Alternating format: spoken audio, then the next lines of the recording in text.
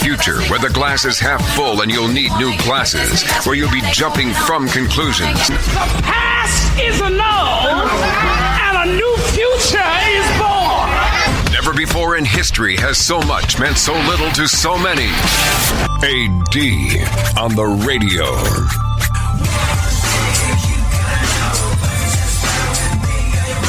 So I'm sitting in the front row of a beautiful old Art Deco theater, the Fox Theater in Spokane, Washington, watching a symphony orchestra rip through the music of Led Zeppelin. This was it. This is what it sounded like. And as I'm listening, I had the craziest realization.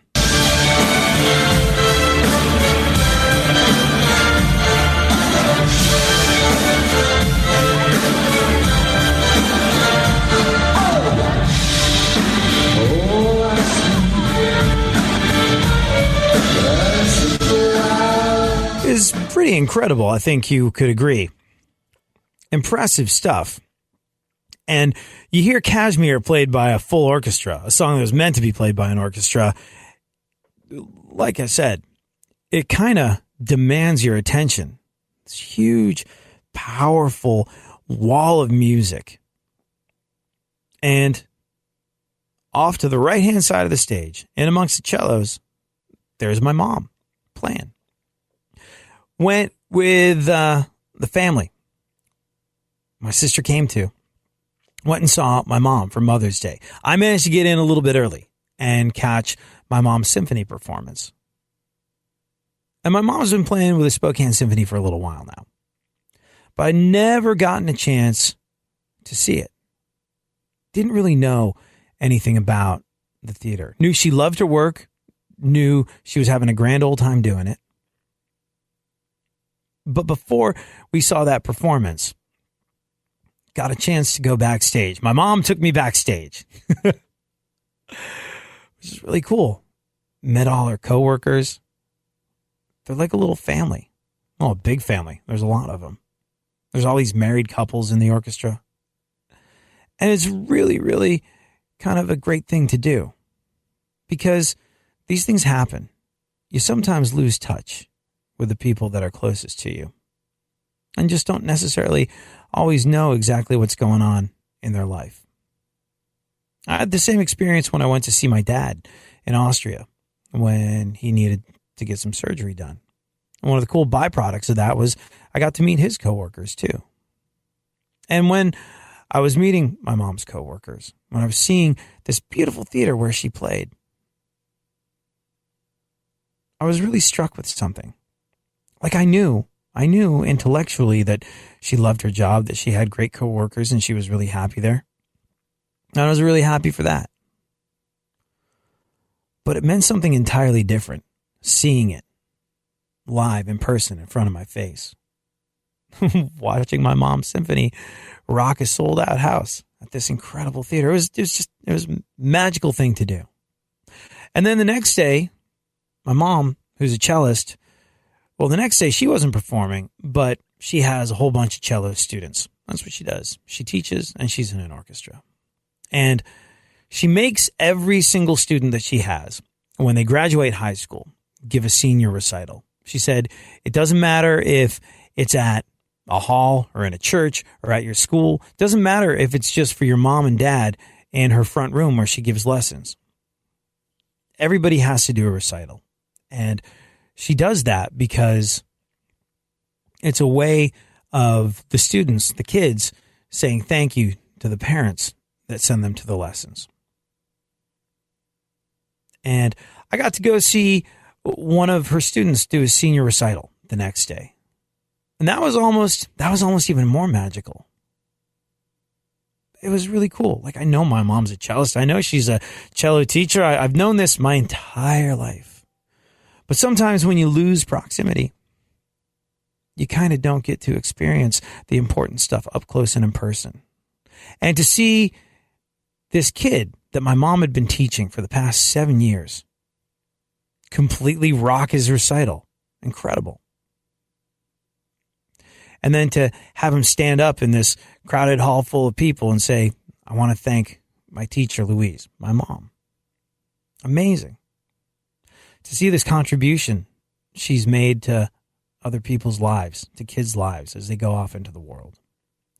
And to see parents of other prospective cellists come up and say, oh, you're her mom. That's really cool. Can you introduce us?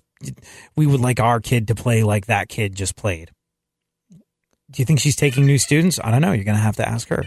She was. But the point I'm getting at is something that you got to listen to and you can't miss because it's important. The stuff matters. Say ho, ho, say ho, ho, ho. Let's start the show. Let's start the show. Let's start the show. Let's start the show.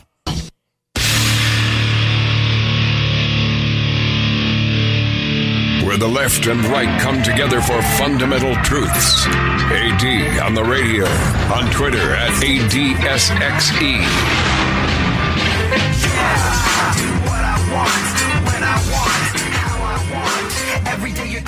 So, I made these plans to go see my mom for Mother's Day a couple months ago.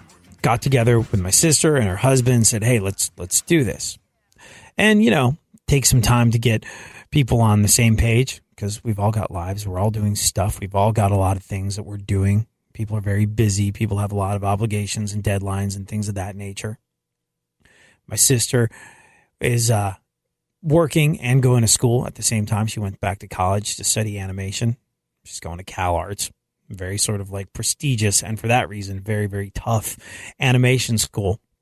And so they're not playing around. So to get my sister in a place where she could come and her husband could come and I could make it.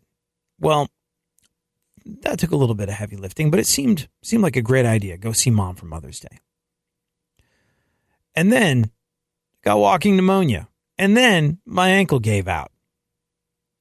And then professionally, the world just caved in with more work than I'd ever seen in my life. And then my landlord was like, hey, just so you know, we're selling this place and you're going to have to move. So I've got more work than I ever possibly imagined. It took ages to get my sister on the same page to get there. I'm hopping around on crutches, having to do changeovers in airports, running around on a wheelchair, trying to figure out how to work one of those things with crutches at the same time, getting over walking pneumonia and going to see my mom. And I wanted to go see my mom for Mother's Day. It's a great thing to do. But boy, it started to feel like some work at that point.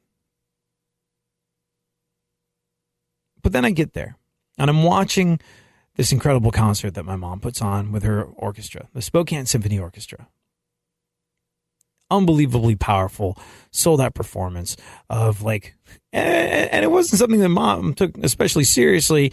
I mean, she takes everything she does seriously, but playing a Pops concert, interpreting the music of Led Zeppelin in an orchestra, it's not necessarily what you get into classical music for, but it's fun. And, they did an amazing job and she had a great time. The next day, I got to go to one of her students' senior recitals. Like I said, she makes every student give a senior recital as a thank you to their parents for sending them to the lessons for all those years. And there's this kid who plays. He's incredibly poised. He's incredibly gifted at the cello. And he made sure to thank my mom over and over again for everything that she'd given him. And it was incredible to see my mom in action, not only as a musician, but as an educator, adding value to the lives of young people. Sending proficient little cellists off into the world. It was cool. It was really, really great. And it was awesome to see what a place she had in the community out there and the musical community and how it was supportive of music and how it embraced her. And even just getting to see the place where she lived and going, oh man, I can't believe that you live in this house which is perfectly set up for you to give lessons. You've got your music studio here. And then right at the end of the street, there's a music store. Who would have thought that in the middle of suburbia? And she was like, yeah, it was crazy. When I first moved out here, that music store said, hey, put some cards up on our bulletin board. Get some lessons going.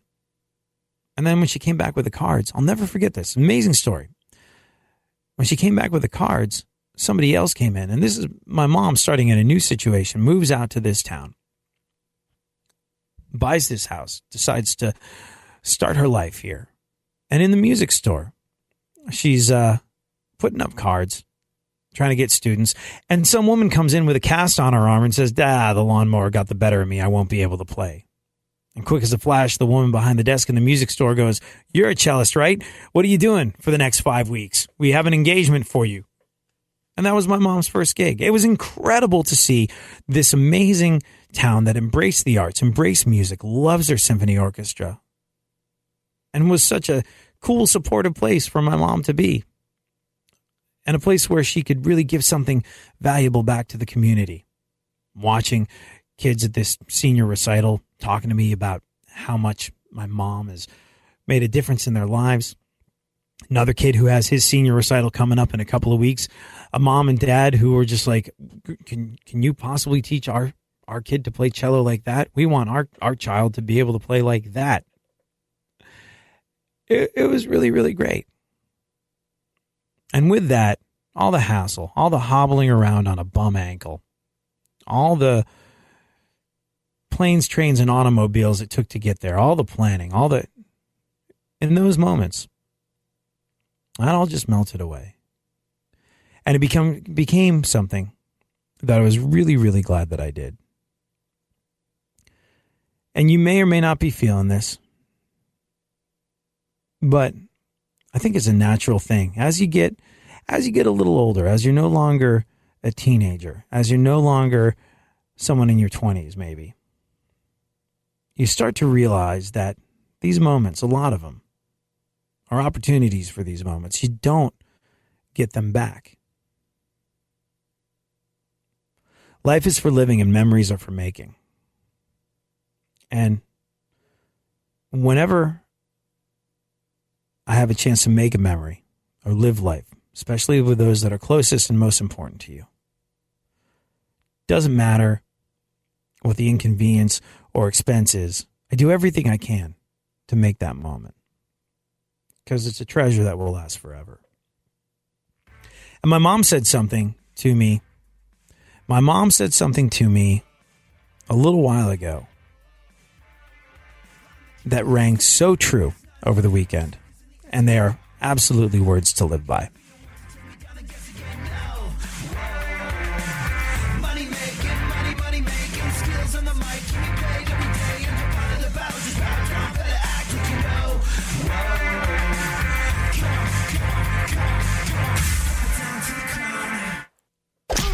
Don't get the blues, get all the news. We mean all of you guys out there in Radioland. All aboard!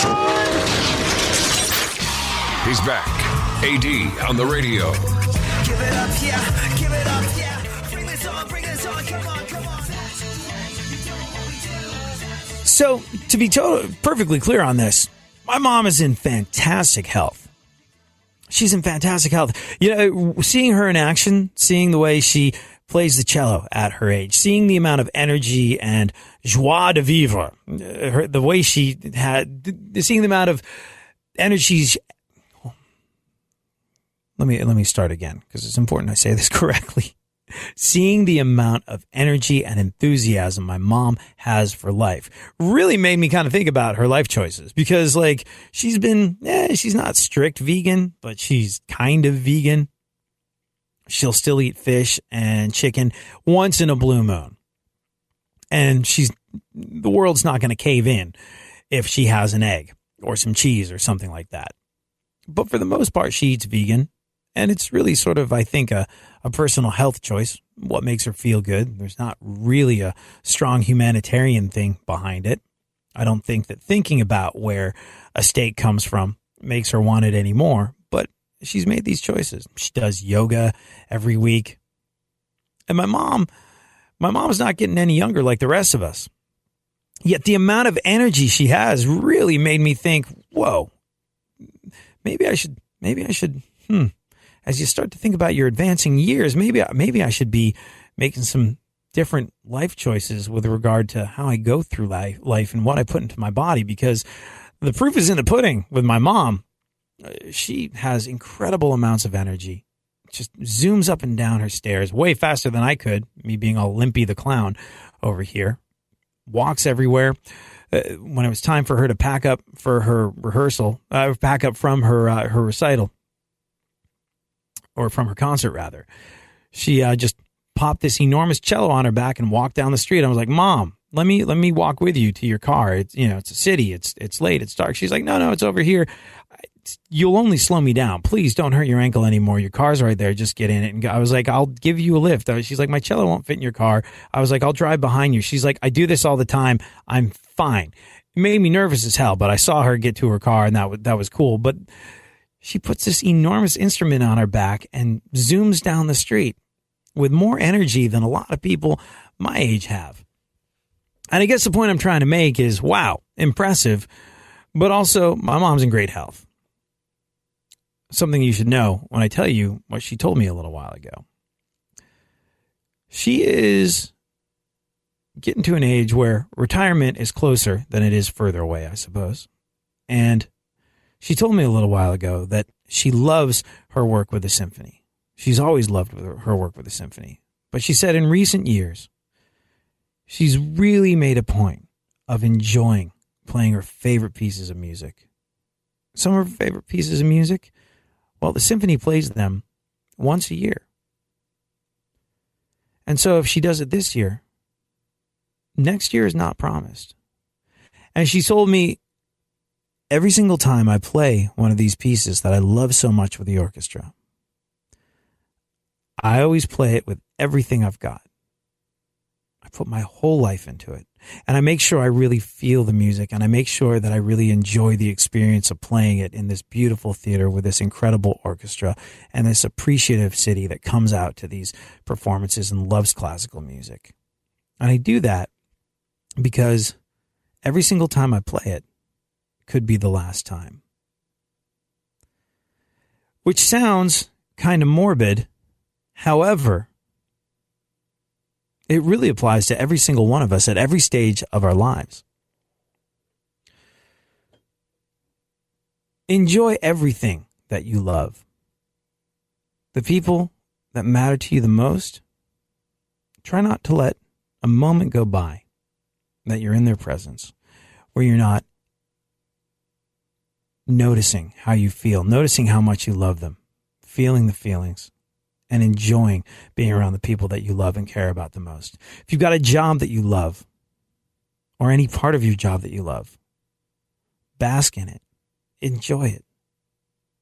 Get the very most you can out of it. Get that last drop of the juice of life out of every moment that is important to you. Because it doesn't matter if you're close to retirement age or not. What my mom said rings incredibly true for all of us, no matter what age we are, no matter what we're doing. Enjoy it, because you never know when it's going to be the last time. Life is for living, my friend. So live it well. And a belated happy Mother's Day to all the mothers, and especially to mine. All right, Funkhouser, how are you? Where are you? In the wilds of El Paso now? Oh, man. Welcome to Texas. Are you having fun? Yeah. Over my shoulder, I have the downtown El Paso view, broadcasting today from the 8th floor of the Holiday Inn Express in downtown El Paso. Holiday Inn Express. It's nice. You started off this journey across the country documenting the run of celebrity lawyer Darren Kavanaugh. You started off in really nice hotels. Like, have you seen the level of hotel maintain, or has it taken a little dip here and there? Oh, no, it's the same. I mean, sometimes you can't find 5-star hotels in like Quartzsite, Arizona, in the middle of nowhere. Sometimes you're stuck with a Holiday Inn Express. Right. El Paso's pretty big, but I mean, I'm in historic Old Town El Paso, so I think that's why we're here. Right. Gotcha. There you go. Well, and I went to Mexico yesterday. Oh, yeah? Just walked up to the border, stuck a toe over? No, I went all the way in. Oh, yeah? Mm-hmm. What'd you do? It was the scariest thing ever. I had breakfast. In Mexico? It was lunch by then, Went to Juarez, Mexico, which I guess historically is one of the most murderous parts of Mexico. Oh. And we weren't Was the going to breakfast? go. Suppose, potentially speaking, suppose you were murdered. Would the breakfast have been worth it? Yeah, well, I ordered the wrong thing. I thought I was ordering taquitos, but Double beans again? no, I didn't want to get fancy with it. No one spoke English. I just pointed at stuff.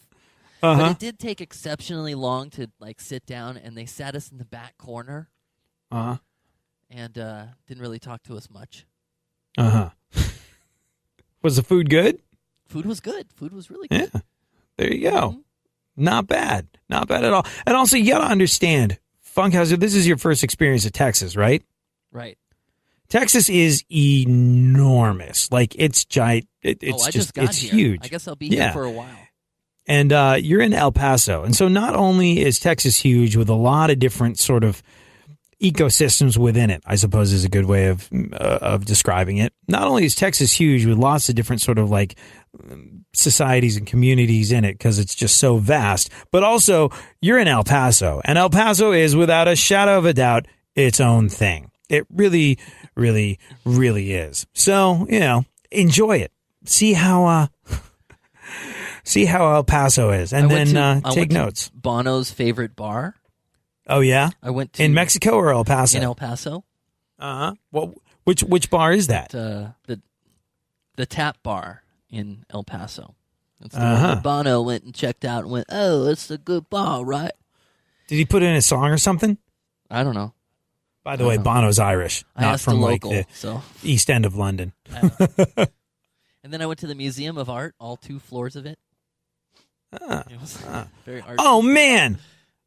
What? I gotta tell you, like another thing about being in Spokane is like as we're going to the senior recital of the kid that my mom's taught for the last 7 years, we pass like Spokane Public Radio, and Garrison Keillor comes from there. America's Test Kitchen comes from there. Like all these things that I've enjoyed since I was a kid. Big part of the reason I'm in radio is a lot of the stuff that's been on public radio, specifically Garrison Keillor. But I'm like, all right, let me look and just see what that is. And my mom goes, "You want to take a tour?" I'm like, "We can do that." Wow. She's like, "Yeah, it's public radio. You just call up and ask. I bet they'll let you do it." I was like, "No, really?" And we did. It was the coolest thing, man. Like it was interesting seeing how the other half. That was awesome. Yeah, it was amazing seeing how the other half lives. It was this massive converted firehouse. And it still had a pole that people could slide down if there was breaking news. They could get from their office to downstairs to the studios to broadcast via the pole. It was awesome. It was unlike anything I've ever seen before. And I told the person that I was in radio to and that I work for iHeartMedia, and they were distinctly unimpressed, as I would have imagined they would. They were stoic in their response to the fact that I felt as though we were coworkers or colleagues, and they felt I was not. But they were super cool. We're almost in 2 different parts of America right now.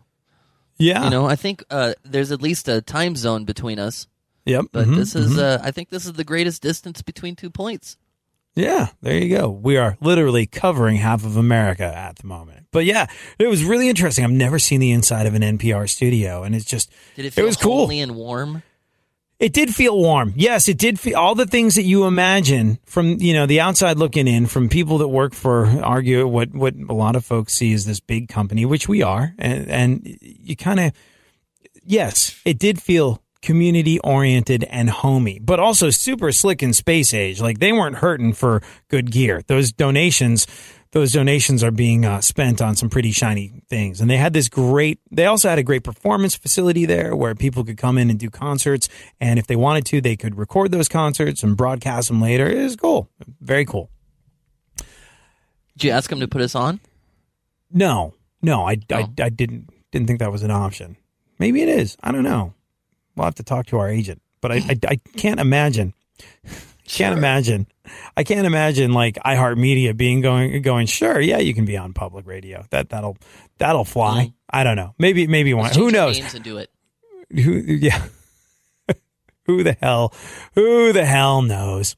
I don't know. I was told by an incredibly right-wing guy once that he had his hipster friend listen to this show, and his friend said, wow, that's even better than NPR. So, like, there you go. We're making people across the board happy. Uber right-wing folks, as well as hipsters that usually enjoy the dulcet tones of National Public Radio.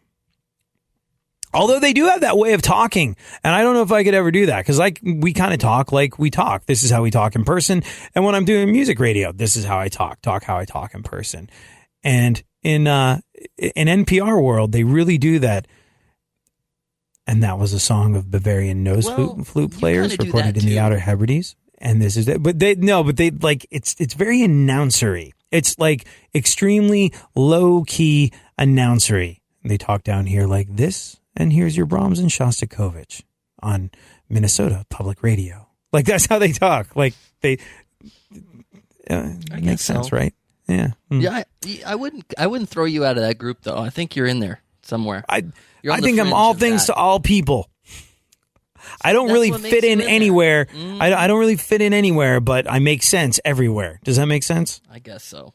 That was exactly how I was in high school. Like, radio mirrors high school. It really does. Like, do really well everywhere we go, whether we're on an FM talk station or an AM talk station, or whether it's music radio. Ratings, got them. No problem. Got that handled. But, like, do we really fit with any of these stations? Not entirely, but we're appealing enough to make things happen. Somebody told me, they're like, for somebody on a station that plays Tool and Metallica, you sure do use a lot of SAT words. I was like, SAT words? They're like, yeah, long words. Like, this is meathead music. I was like, see, I don't think that's true. Like, a Metallica fan is way more like, and this was someone who is not in rock radio. And they were like, you're playing this music that's meant to fight to and spill beer to and be in mosh pits to. And you're using SAT words. And I was like, you ever dissected the lyrics of Metallica or Tool? There's a reason why this music can hold people for 8, 9, 10 minutes at a time. It's pretty cerebral stuff. And I would never insult the person listening or insult the fan of this type of music by dumbing myself down just because the music is loud and heavy. And they're like, oh, yeah, I guess I didn't think of it that way. And I was like, I guess you didn't. That's why you're programming a station for soccer moms. That's why that was that way that it is that I just spoke about. So articulate. And now we're out of NPR completely. Yeah. Sometimes you just know you're done. You're longing for that shining sun. You walk these streets most every day. You're waiting to get washed away.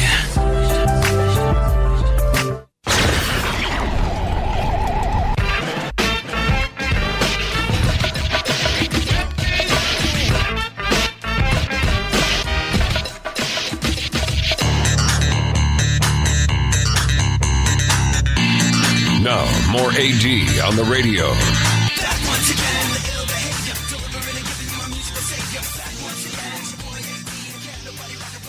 So, Funkhouser, you are in El Paso, right? Yes, sir, Bob, I am. Mm-hmm. How's that going? How's it going? Well, it's hot and different, much different. That I'm having a great time. I'm down in the El Paso Downtown Arts District. Uh-huh. And I'm having a great time. I'm walkable to a bunch of cool things like museums, and I'm across the street from the Texas jail, City Hall. One of the greatest bands of all time, as far as you and I are concerned, At the Drive-In comes from El Paso. Yeah. Yes, and that's a new quest of mine as I travel this country. I'm going to find out which bands, hometowns they're in before I get there. My next town is Dallas, so I have some time to do some research. But, yeah. Oh, Dallas? Duh, Pantera. Oh, yeah? Oh. Yeah. The Cowboys from Hell. Uh-oh. Are you going to Bowling Green, Kentucky? I don't think so. You know who's from there? Cage the Elephant. Really? Well, yeah. We'll do that list closer when I get closer there. I'm just you tell me a city, and I bet I can tell you. You tell me a city that you're hitting up, and I bet I can tell you the band who is from there that you should be looking into. So you're close to the border. Have you noticed any sort of, like, you said you were able to walk into Mexico? How was walking back? Like, doesn't sound like the border security that was been oft mentioned over the last couple of years is really being beefed up unless you had to jump through some hoops to get in and out of the country. How'd that go for you? Well, I got the passport card along with the passport this year. Okay. Yeah. My passport. So the card will get you through like Mexico and Canada. So Right. I'm only sporting the card. When you go across the bridge, it costs 50 cents to get into Mexico. Right. And you do a little walk, you go over the bridge, go over the Rio Grande, and there's two sides of the Rio Grande. There's the United States side, and then there's the Mexico side. The United States side is all like, beefed up with, river things, and it's got all the water on it. And the Mexico side is like just barely a river. And you're walking across, and then you get into Mexico, and it's a completely different experience. And on the way back, it takes about a half hour because it's like an airport. You got to go through metal detector. You got to wait in a line. There's certain lines for certain types of passports and entrances if you walk in, and not to mention like 8 rows of cars that go back a couple of miles of people trying to get through. And it was easy for me because of I guess I had the card and I was in the speedy pass lane, and the TSA agent went, "Barry Funkhouser?" And I said, "That's me." He goes, "Excellent. Move right along." And I got right into the United States, and I had to pay a quarter to enter back in. And I bypassed there's this little kiosk in the state of Texas where you have to pay taxes on any alcohol or I guess firearm that you buy. I guess alcohol only. I don't know if you can buy firearms and I don't know, but there's a little thing if you have a ticket, they go, "Oh, you got to pay your tax to get back in." And it was the whole process was pretty easy, but I didn't think it would be, because I went to Tijuana a couple times. San Diego, it's a hop, skip, and a jump. It's a little different. So you had to pay like a 25-cent tax to get back into the country? Mm-hmm. And 50 cents to leave. That's that import tax that Trump's been talking about. There's a 25-cent Funkhouser tax on all Funkhousers coming in across the border. But I'll tell you, I had lunch which is why there. we should keep making our Funkhousers in America over and over again. I don't know if you caught comedian Rami Youssef talking about the tightening up on immigration and travel, but this is worth a listen. My name is Rami Youssef, and I'm Muslim. Like from the news. I remember the day the Muslim ban happened, I was upset. I have family that doesn't have citizenship. I want to see them again. But personally, I had a really good day. I remember that day I got cast in a Taco Bell commercial. I'm watching TV and this guy's like, "This is a terrible day for all Muslims." I'm like, well, not all Muslims. And it was this shell made out of fried chicken. And it had this line that I had to say. I had to go, "A shell made out of fried chicken? That's inconceivable." And then my mom texted me, and she was like, "We're not sure if your uncle can get back in the country." And I was like, "Wow, Mom, that's crazy. But you want to know what's inconceivable? This shell." All right, then, Funkhouser. Let's do a little bit of news, shall we? I got to tell you, as they were going into this, I had lunch there, and I had to change my currency over, because everything's in pesos. Yes. Guess how much? Okay, so I had a lot of food. I had 2 plates. They were looking at us all funny because we ordered too much food. "Are you sure that's all?" Yes. And when we got the bill, mine was 150 pesos. How much do you think that is in American U.S.? In the good old U.S. of A., like, I don't know, $3, $5? $4, yeah. Yeah. See? I know my foreign exchange rates. You got so you ate very well for $3. Wild, yes. So I might go back before we leave the beautiful town of El Paso and buy everything. There's radio stations in San Diego that broadcast in America. and I don't think it's the case now, but I think people used to have to go to work in Mexico every single day because when they started up some of these radio stations, there wasn't like enough money to put like a signal and like a stick and some offices in America. But for deep, deep discounts and sweet savings, you can set up a radio station in Mexico where people driving around in San Diego, a mere 5 minutes north, will be able to hear loud and clear. And I don't know if that's still the case with that station. Jeep and jump up a mountain. Yeah, totally. When I was like thinking, okay, I gotta buy a home in San Diego. San Diego is like the most expensive real estate on the face of the planet. I can afford a home in San Diego, but I'm doing my best. Like I'll have to sell blood and drive Uber to make the mortgage payment every month, but it'll be better than flushing the rent. And it's so infuriating. It's so like my place in Houston is just like, it's awesome, and it costs $1. Whereas here, it costs all the dollars, and it's decidedly not awesome. But I was looking at real estate, and I just did like a radius search, like 50 miles. Like, hey, this place is great. Why can I afford this? Oh, it's in Mexico. I don't think I want to commute into work from Mexico every single day. Although there's a couple people at the station who do. So I don't know. Maybe I do. Do I, Funkhouser? There's something happening here. And you should know what it is. The Dumbing Up of America. Now, more AD on the radio.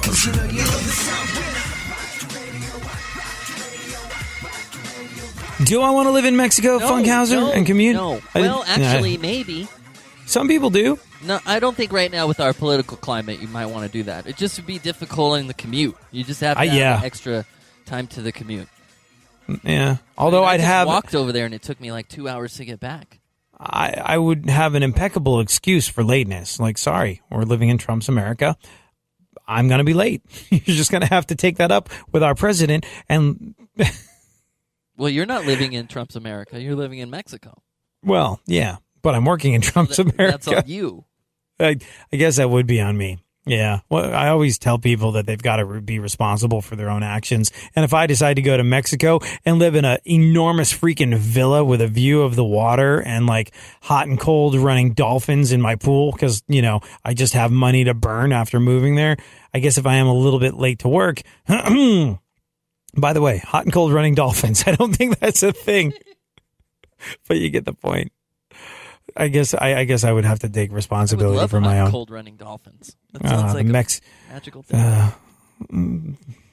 The living in Mexico dream for 150 pesos a month is dead. Oh well. Go on. What is happening in the news, Funkhouser? Well, Que pasa? Que pasa? Supermodel Chrissy Teigen says she got liposuction on her armpits. Sorry, I can't tell if we're doing news. There we go. Hotel Wi-Fi. Come on, it's really crappy today. All right. Well, what's going on now that we know we're into the news? Supermodel Chrissy. You can turn that up a little bit. It's not newsy enough. There you go. Whoa. She says she got liposuction on her armpits. Chrissy Teigen. Mm-hmm. I'm trying to. You don't know? I know the name, and I know she's like famously attractive. Lip sync battle, I think. She's married to John Legend. She's yeah. Right. She got liposuction on her armpits. Well, clearly worth it because when people talk about Chrissy Teigen, the first thing they mention is her fabulous armpits. Really? Those are real? Who the hell gets liposuction on her armpits? I think that's a normal thing. Like they go in the armpit. Fat armpits with the vacuum. Is that an armpit fat? I don't know. Well, I'm not a supermodel. Well, I guess that's anyway. yeah. Dare to dream. Couple sit-ups away. What else? Jay Cutler announced he's retired for the NFL. Yeah, that happened a little while ago last week. Of course, Jay Cutler. I mean, and this is a guy who NFL veteran, 11 years as a quarterback.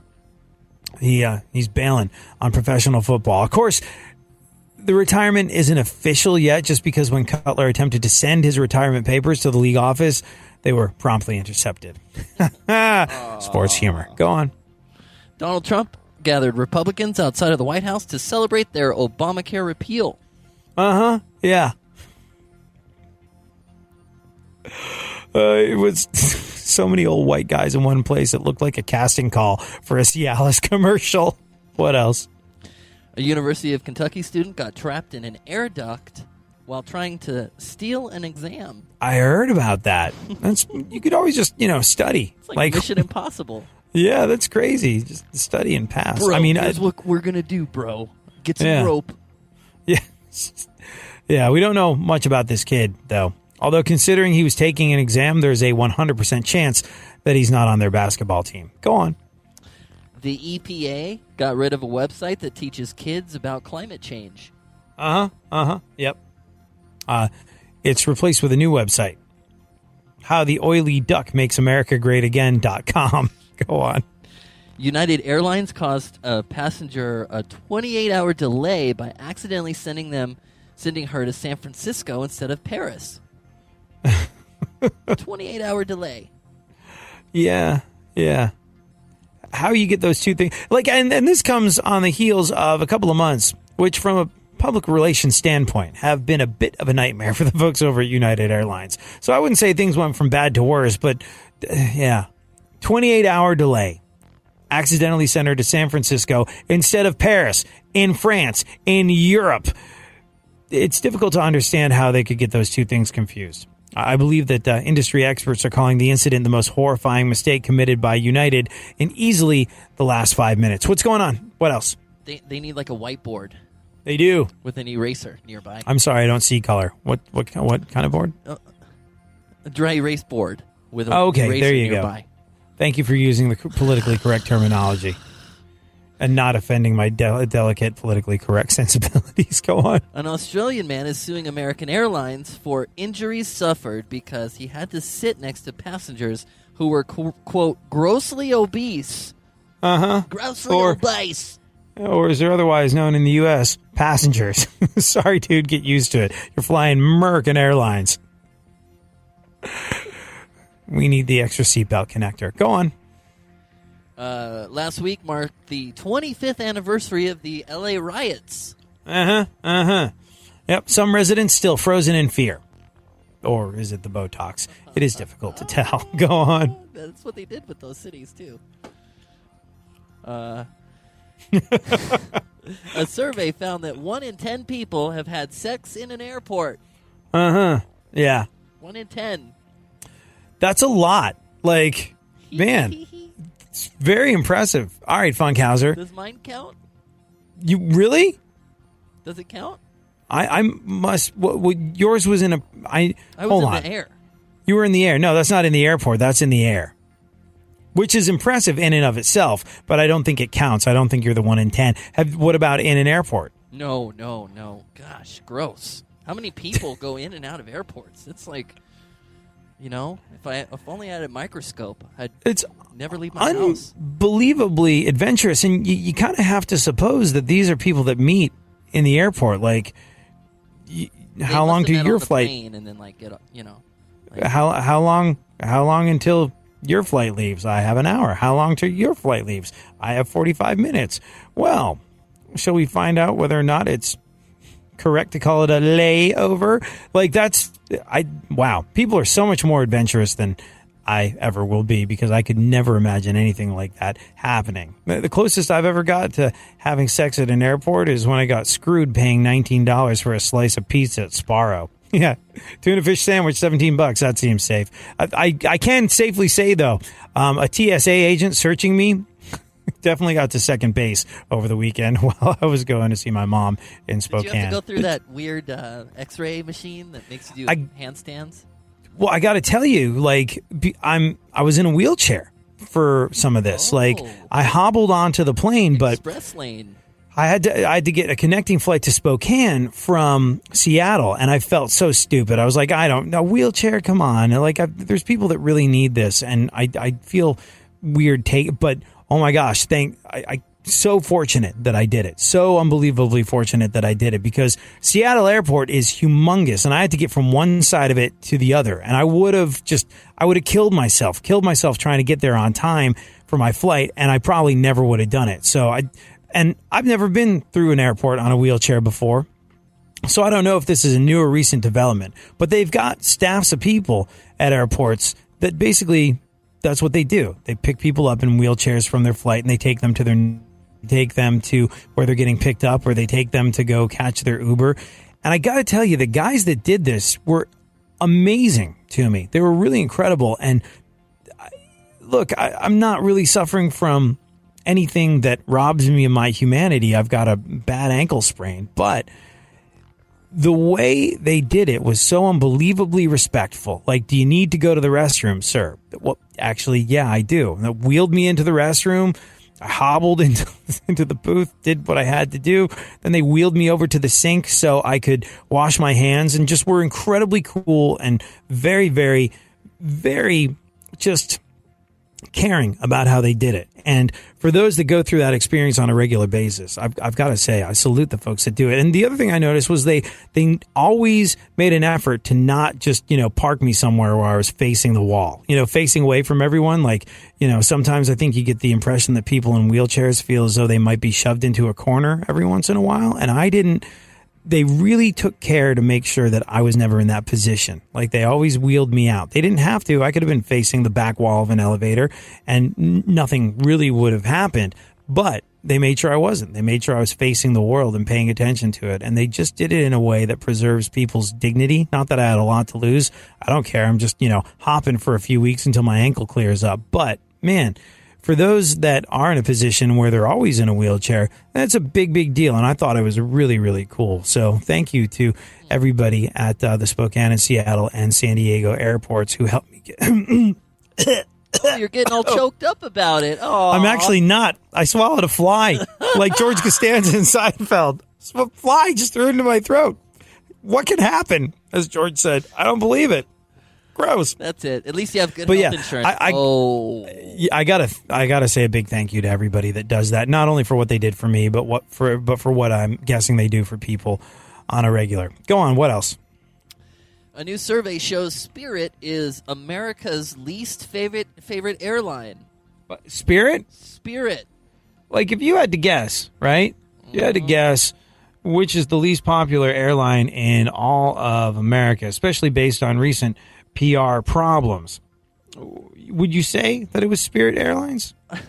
It wouldn't be on the on my list up front. Yeah, not on the old short list there, is it? I mean, you would expect it would be United, obviously. But to be fair, I believe no United passengers could respond to the survey just because they were all busy nursing concussion. What else? In Oregon, 17-year-old Brennan Agranoff has sold $1 million worth of socks through his own startup company.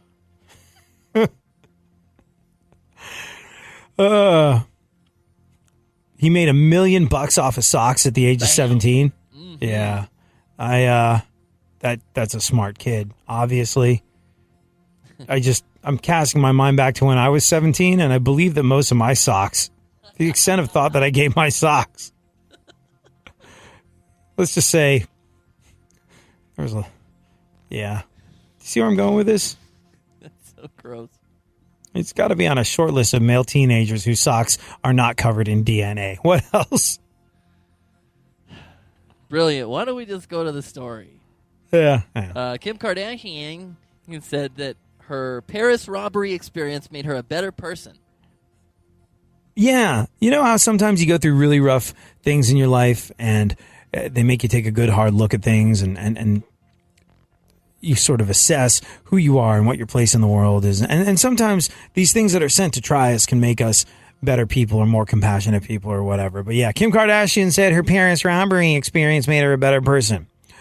Oh, that's super awesome, Kim. Replied absolutely no one that you would ever care to meet. Go on.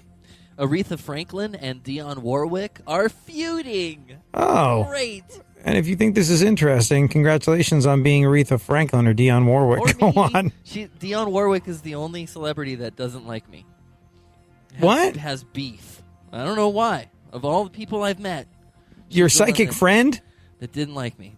Well, how do you know she doesn't like you? Did you say, I'm Dionne Warwick and I don't like you? Oh, it was obvious. She did not like me.